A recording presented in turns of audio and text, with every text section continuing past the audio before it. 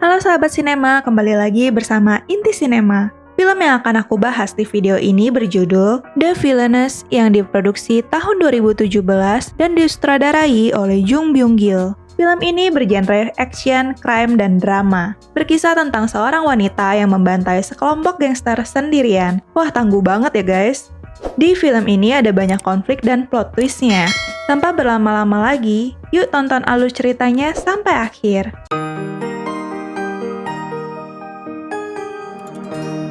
Film diawali di sebuah lorong markas gangster. Ada seseorang yang sedang berjalan.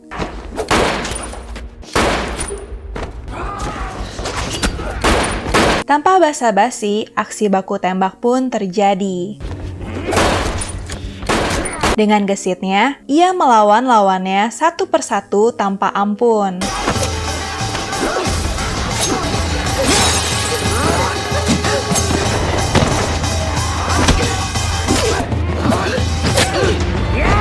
Lawannya semua sudah terlumpuhkan. Ia pun membuka pintu di ujung lorong dan menemukan sisa lawannya beserta bos mereka.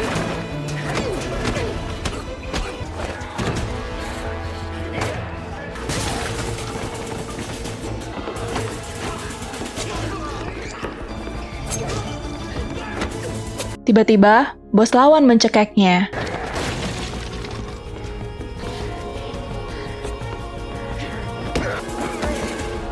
Ia pun menarik tali tersebut dan lompat ke arah jendela untuk menyelesaikan aksinya. Polisi pun datang mengepungnya dan menangkapnya. Di sini kita bisa lihat ada badan intelijen sedang membahas tentang Park dan organisasinya yang selama ini mereka selidiki dan telah dibabat habis oleh wanita yang bernama Suk-hee. Di rekaman CCTV, setelah pembantaian, ada pria yang masuk mengambil heroin. Polisi menduga ada hubungan antara pria tersebut dengan Suk-hee. Lalu ada seorang petinggi wanita yang ingin menjadikan Suk-hee sebagai aset. Scene pun berpindah, wajahnya sedang dioperasi plastik supaya ia tidak dikenali. Setelah pulih, ia pun makan di ruangannya, tapi ia dibius kembali.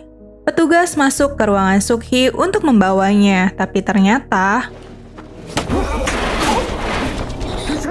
Suk-hee mencoba kabur dan mencari pintu keluar. Ia melewati ruang latihan balet dan masuk ruang latihan masak. Tiba-tiba, kakinya dijengkal oleh seorang wanita. Para petugas mencoba menangkapnya, tapi dia malah menyandera seorang petugas dan keluar dari ruangan itu. Setelah itu, ia memasuki ruang pentas teater dan melewatinya ke ruang dandan. Ia pun menanyakan di mana jalan keluar kepada sandranya. Tiba-tiba seorang wanita berdiri dan menuntunnya. Mereka pun sampai di atap. Suk-hee terlihat ragu saat disuruh lompat oleh wanita itu, sehingga wanita itu melompat terlebih dulu dan Suk-hee pun menusuk paha sandranya, lalu ia berlari untuk melompat. Ternyata wanita itu adalah petinggi di sana bernama Kwon-suk. Kejadian penembakan Suk-hee disaksikan oleh tim pengawas melalui CCTV. Salah satu dari mereka bernama Hyun-soo memuji kecantikan Suk-hee dan terlihat tertarik dengannya. Tak berapa lama ternyata Suk-hee masih hidup. Di suatu ruangan ada Suk-hee dan Kwon-suk. Kwon-suk memalsukan kematian Suk-hee dan akan memberikannya kehidupan baru jika dia bergabung. Tak disangka Suk-hee menjawab, Kwon-suk pun memberitahukan jika Suk-hee hamil dan ia harus hidup demi anaknya. Sedikit info, Suk-hee adalah seorang janda yang baru saja kehilangan suaminya. Kwon-suk memintanya untuk bergabung selama 10 tahun. Setelah itu, Suk-hee akan dibebaskan dan diberikan rumah untuk hidup normal.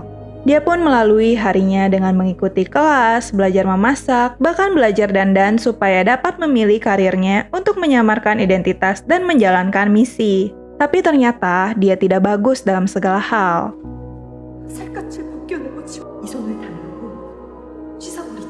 Hingga saat kelas teater, dia menemukan bakatnya sebagai pemeran teater. Anaknya Suk-hee pun lahir dan diberikan nama Eun-hye. Terlihat Hyun-soo selalu memerhatikan Suk-hee dari CCTV dan juga mendekati Eun-hye tanpa sepengetahuan Suk-hee. Sementara itu, di tempat lain, terlihat para peserta latihan sedang latihan bertarung. Wanita bernama Kim Sun sedang bertarung dengan wanita bernama Minju. Tiba-tiba,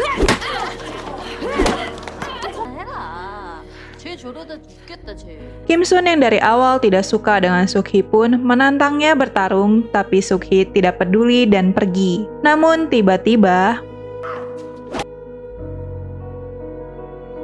kemudian Suk-hee pun mengambil tongkat dan membalas perbuatan Kim Sun pada Minju.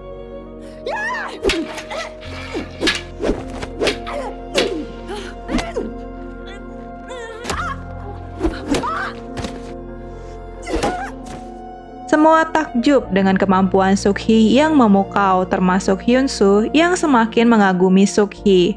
Semenjak hari itu, Suk-hee menjadi dekat dengan Minju dan beberapa temannya. Di lain hari, para peserta sedang latihan menembak.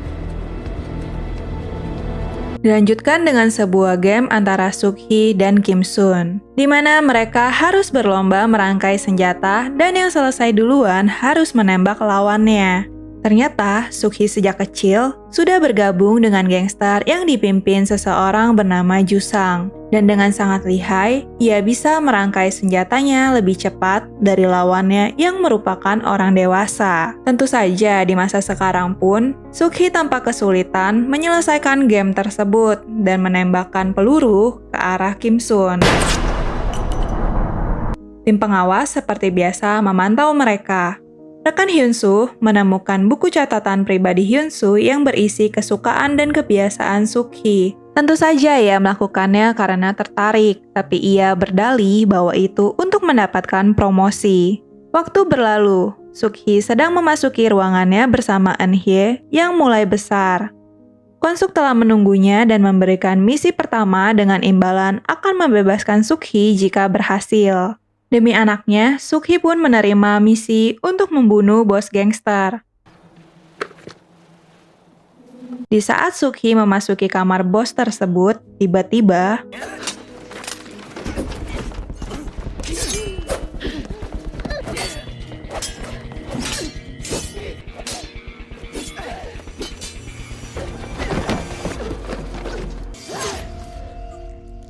ternyata aksi itu disaksikan oleh anak bos gangster. Suk-hee yang melihat anak itu menjadi teringat dengan apa yang dialaminya dulu saat ayahnya dibunuh.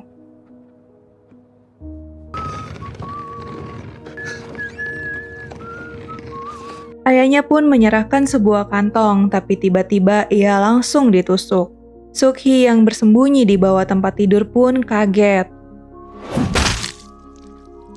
Ayahnya pun tewas dan diseret keluar. Tak lama kemudian, masuk seseorang yang mencari keberadaan Suk-hee.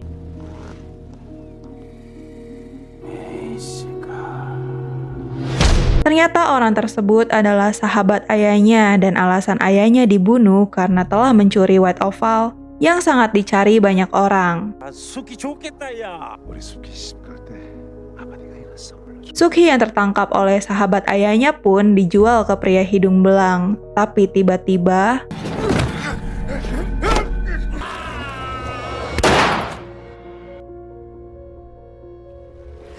Suk-hee telah menembak anak buah pria tersebut. Dari sinilah Jusang yang merawat Suk-hee dan melatihnya untuk menjadi pembunuh.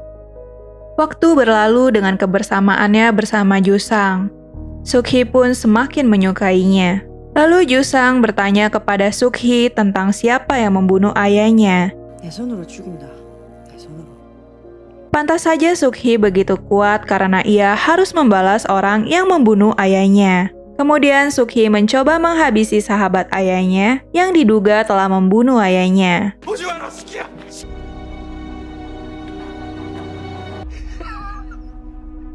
Suk-hee pun diikat di kursi.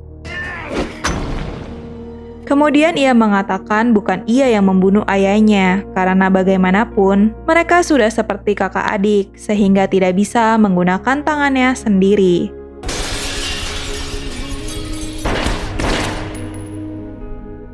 Yusang pun datang menyelamatkan Sukhi. Ia pun menghabisi mereka semua, termasuk sahabat ayah Sukhi.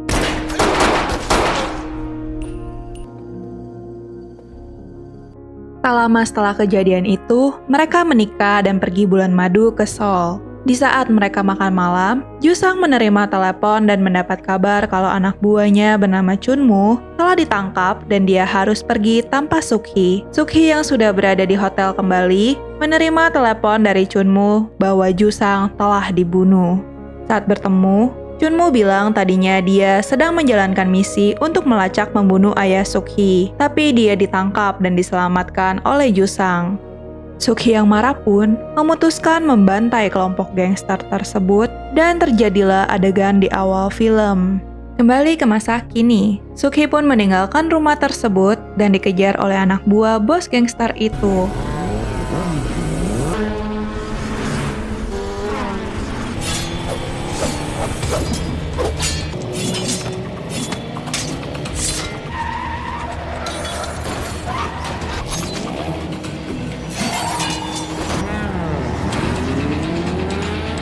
Sukhi dengan kelihayannya pun berhasil melarikan diri dan karena terdesak, ia menjatuhkan diri ke danau.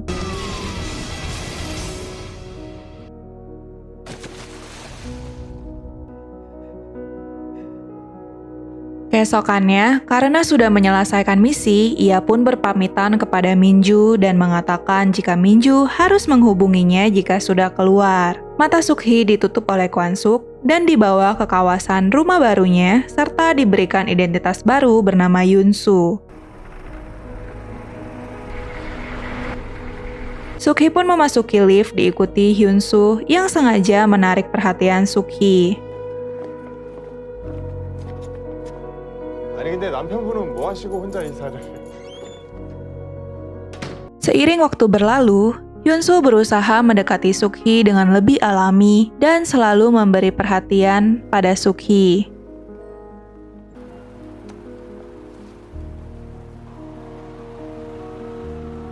Sukhi yang awalnya dingin pun terlihat mulai membuka hati kepada Hyunsu. Sukhi pun memberikan undangan kepada Hyunsu untuk menonton pertunjukan teater di mana ia menjadi pemeran utamanya. Esoknya, Hyunsu pun menonton kehebatan akting Sukhi.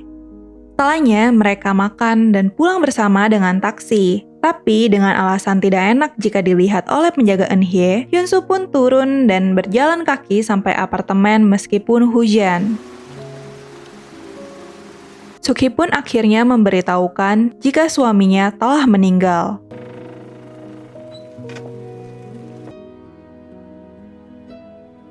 Tiba-tiba ada telepon masuk dan ia pun meminta izin untuk pergi dengan alasan ingin ke rumah sakit. Ia pun meminta tolong Hyunsu untuk menjaga Eunhye. Telepon tadi adalah dari Kwansuk, menugaskan Sukhi membantu menjalankan misi bersama Minju yang mendapat misi pertamanya. Mereka pun menyamar sebagai wanita penghibur untuk menjalankan misi. Sambil diam-diam mengambil ponsel target, Sukhi pun mengcopy datanya, tapi sayangnya mereka ketahuan. Sukhi pun memberikan ponsel dan flash disk.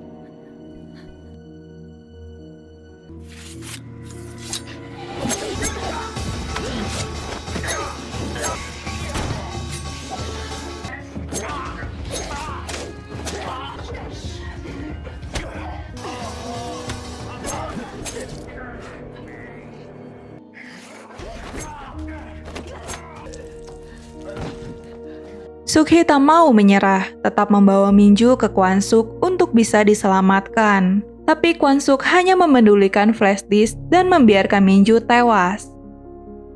Sukhi sangat terpukul dan sedih karena teman dekatnya meninggal. Hyunsu berpura-pura tidak tahu apa yang terjadi dan menenangkan Sukhi. Malam itu juga, Badan Intelijen menemukan fakta bahwa Chunmu adalah pemimpin lebih dari 5 organisasi level menengah. Suk-hee pernah berada di organisasi itu dan membuat badan intelijen curiga bahwa ia adalah agen ganda. Tapi Kwon-suk bilang bahwa dia sudah menyelidikinya dan tidak ada yang mencurigakan. Chunmoo adalah orang yang menyingkirkan Jusang untuk meraih posisinya sekarang. Adapun mereka menemukan info bahwa organisasi Chunmoo akan kontak dengan organisasi Hin. Mereka pun menyusun rencana untuk menangkap otak di balik semua organisasi dengan menugaskan Suk-hee. Esoknya terlihat Hyun-soo dan Eun-hye semakin dekat. Suk-hee pun bangun dan berbicara dengan Hyun-soo. Suk-hee mengatakan jika Hyun-soo tahu siapa dia sebenarnya, ia akan meninggalkannya. Tetapi Hyun-soo meyakinkan jika ia tidak akan meninggalkannya apapun yang dilakukan Suk-hee. Adegan berpindah, terlihat Suk-hee yang menemui Kwon-suk untuk meminta izin menikah demi anaknya. Kwon-suk pun akan menyewakan gedung dan tamu bayaran untuk pernikahannya. Ia meminta Suk-hee bertahan. Sampai Eun-hye SMP, mereka pun bisa hidup normal. Suk-hee pun mengabari hal baik tersebut kepada Hyun-soo. Tibalah hari pernikahan mereka. Terlihat sosok Kim Sun hadir dan seperti biasa, ia menunjukkan rasa tidak sukanya kepada Suk-hee. Tiba-tiba Suk-hee mendapat misi meskipun di hari bahagianya. 경기에 PS 지문이 들어있을 거야. 환풍구를 통해 맞은편 건물 4층.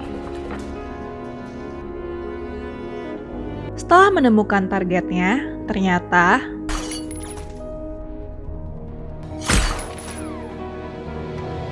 Suk-hee gagal membunuh target karena ternyata orang tersebut adalah suaminya yang diketahui telah meninggal. Karena acara pernikahannya sudah mau mulai, ia pun dengan terburu-buru keluar dari toilet dan menjalankan acara pernikahannya. Sedikit flashback, sebelum Suk-hee melakukan pembantaian, Chunmoo mencoba melarangnya, tapi Suk-hee tetap masuk ke markas gangster tersebut. Setelah Suk-hee masuk, Chunmoo yang awalnya terlihat pincang, secara mengejutkan bisa berjalan normal. Di masa kini, Jusang yang penasaran dengan siapa yang menembaknya masuk ke dalam toilet tempat Suk-hee menembak. Jusang bersama anak buahnya menyelidiki pelaku penembakan. Lalu Jusang melihat pengantin wanita yang terlihat tidak asing baginya. Mereka mendapat info bahwa ternyata tamu undangan di acara itu semuanya adalah tamu bayaran dan pengantin wanita sudah pernah menikah. Saat Suk-hee sedang melakukan pentas teater, ternyata Jusang datang untuk melihatnya. Setelah selesai, Hyun-soo dan Suk-hee makan malam bersama. Hyun-soo menerima telepon dan meninggalkan Suk-hee sebentar. Di kesempatan itu, Jusang pun langsung mengajak Suk-hee bicara. Jusang mengaku tahu siapa dirinya dan mengatakan bahwa banyak orang yang akan mencintai Suk-hee seperti yang dulu dilakukannya. Suk-hee terlihat kesal dan mengusirnya. Di sisi lain, Hyun-soo yang menerima telepon ternyata disadap Chunmoo dan didengar oleh Jusang. Di masa dulu, Jusang sering bermimpi tentang pembunuhan yang pernah dilakukannya. Alasan Jusang meninggalkan Suk-hee ternyata karena Suk-hee memberitahunya jika bukan sahabat ayahnya yang membunuh ayahnya tetapi orang lain. Sebelum tindakan Jusang diketahui Suk-hee, maka Jusang pun memalsukan kematiannya. Kembali ke masa kini, terlihat Kwon-suk bersama Suk-hee di ruang pentas teater dan menanyakan ke Suk-hee tentang pertemuannya dengan Jusang, juga mengapa dia tidak membunuhnya. Suk-hee hanya menjawab bahwa itu hanya kebetulan karena Jusang penggemar beratnya. Kwon-suk pun memperingati Suk-hee untuk tidak melupakan alasan dia hidup dan langsung meninggalkannya. Kim Sun pun dikirim untuk menyelesaikan misi tersebut. Lalu Suk-hee mendapat bunga dari penggemarnya yang di dalam kartu ucapannya terdapat flash disk dan bertuliskan nomor telepon. Suk-hee yang penasaran dengan isi flash disk dan tidak ingin diketahui Kwon-suk, maka menghindari CCTV. Ia pun berhasil masuk ke warnet. Ia pun mengirim pesan ke nomor di kartu ucapan kalau ada wanita yang dikirim untuk membunuh Jusang.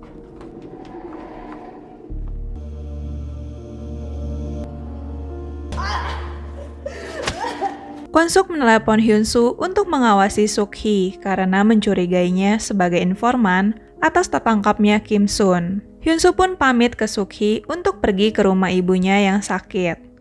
Sukhi pura-pura dijadikan sandera oleh Kwon-suk untuk pertukaran sandera dan meminta Sukhi untuk membunuh Jusang supaya bisa hidup normal. Dengan kesal, Sukhi mengaku sudah mengetahui identitas Hyunsoo yang merupakan bagian dari Kwon-suk. Tak lama, Hyunsoo menelepon Kwon-suk menanyakan keberadaan Sukhi, tapi Kwon-suk hanya bilang jika Sukhi sedang dirawat di rumah sakit. Hyunsoo pun pulang dan menjemput Eun-hye pulang. Malamnya, saat dalam perjalanan untuk pertukaran sandera, mobil mereka ditabrak oleh motor.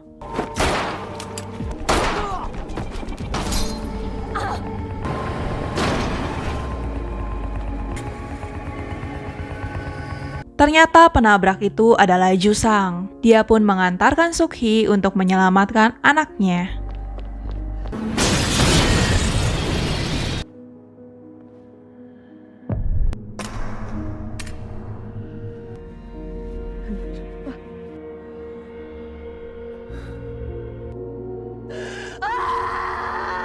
Setelah kejadian itu, Sukhi pergi menemui Kwon-suk dan mencurigai Kwon-suk sebagai dalangnya.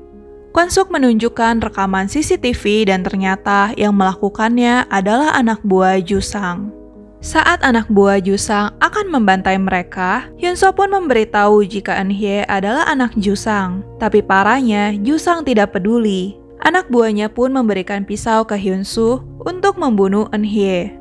Hyunsoo yang sayang kepada Eun-hye pun melawan anak buah Jusang. Hyunsoo tidak sadarkan diri. Kim Sun ada di sana untuk merakit bom. Sampai malam, Hyunsoo masih tidak sadarkan diri. Ternyata Chunmoo sengaja menunggu Sukhi pulang dan meledakkan bom itu. Dari sini kita tahu kalau Hyunsoo ternyata sangat mencintai Sukhi.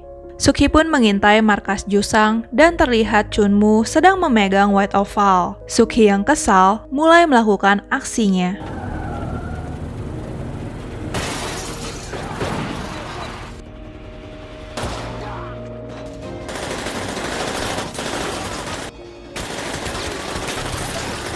Merasa posisi tidak diuntungkan, para gangster pun mundur.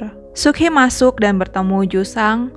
Jusang memberitahu bahwa ia pernah mencintai Sukhi tapi dia adalah pembunuh ayahnya. Maka ia tidak bisa lagi mencintainya. Mereka pun duel bersenjata pisau.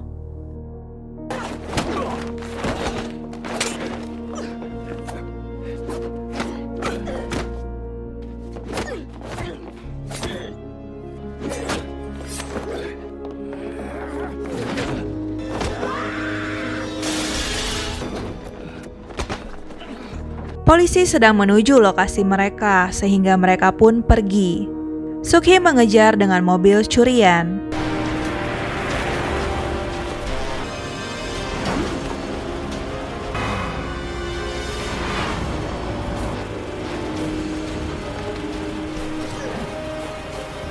Saat mendekati bus, Sukhi pun lompat.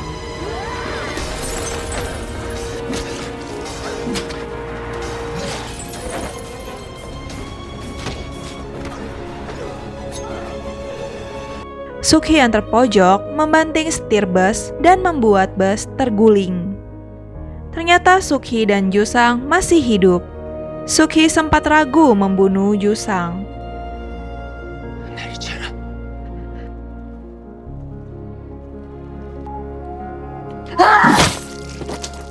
Setelah itu, polisi pun datang dan menangkap Sukhi.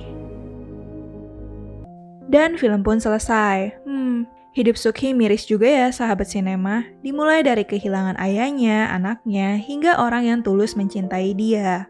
Yuk mulai bersyukur dengan apa yang kita miliki sekarang. Menurut sahabat sinema, bagian mana nih yang paling epic?